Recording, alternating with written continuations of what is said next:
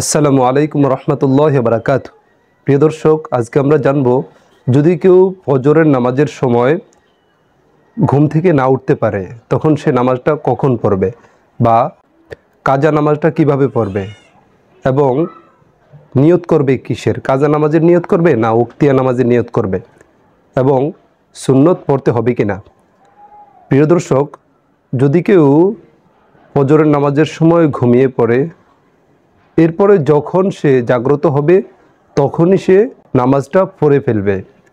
কারণ রাসূলুল্লাহ সাল্লাল্লাহু আলাইহি ওয়াসাল্লাম বলেছেন, মান নামা আন সলাতিন আও নাসিহা ফালিউসাল্লিহা ইযা যাকারহা। যে ব্যক্তি নামাজের সময় ঘুমিয়ে পড়ে অথবা ভুলে যায়, সে যখনই জাগ্রত হবে তখনই সে উঠে নামাজ পড়বে, কারণ এটাই হলো তার নামাজের মূল সময়। প্রিয় দর্শক, এখন কথা হলো, আমরা হাদিস পেয়েছি তাই কি প্রতিদিনই ঘুমিয়ে থাকব? না প্রিয় দর্শক, আসলে কোনো মুসলমানদের জন্য উচিত নয় যে সে ফজরের নামাজ কাজা করবে। হ্যাঁ, আপনার জীবনে দুই একদিন হতে পারে। রাসূলুল্লাহ সাল্লাল্লাহু আলাইহি ওয়াসাল্লামের জীবনে মাত্র একদিন হয়েছে, তাও আল্লাহ তাআলা হয়তোবা তার বান্দাদেরকে শিক্ষা দেওয়ার জন্য এমনটা করেছেন। তাছাড়া প্রিয় নবীর জীবনে কখনো নামাজ কাজা হয়নি। তাই প্রিয় দর্শক, খুব সতর্ক থাকতে হবে যেন নামাজ কখনো কাজা না হয়ে যায়। তাহলে আমরা বুঝতে পারলাম, যখনই ঘুম থেকে উঠবে তখনই নামাজটা পড়ে নেবে। কিন্তু যখন কোনো জরুরি কাজের কারণে যে সে ওই সময় নামাজটা পড়তে পারেনি, তখন কি করবে? যদি এই সময়টা ফজরের নামাজ হয়, তাহলে কমপক্ষে জোহরের নামাজের আগে অবশ্যই পড়ে নেবে।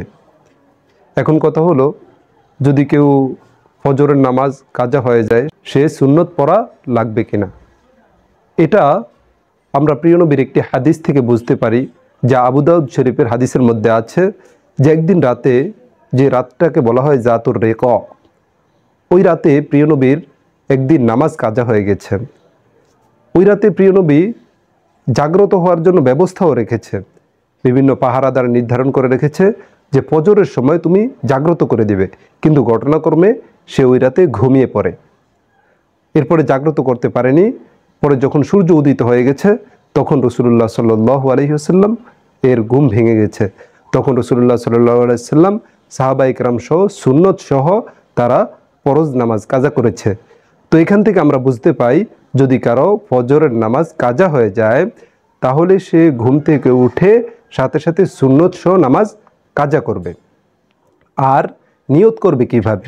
সে কাজা নামাজের নিয়ত করবে অন্যান্য নামাজ যেভাবে পড়ে এভাবেই, যে আল্লাহ, মনে মনে সংকল্প করবে যে আল্লাহ, আমি ফজরের 2 রাকাত সুন্নত পড়ছি। আর ফজরের ফরজ নামাজের ক্ষেত্রে বলবে যে 2 রাকাত ফরজের কাজা পড়ছি, আল্লাহু আকবার। তাহলে ইনশাআল্লাহ নামাজ হয়ে যাবে। তবে প্রিয় দর্শক, এখন কিন্তু আধুনিকতার যুগ।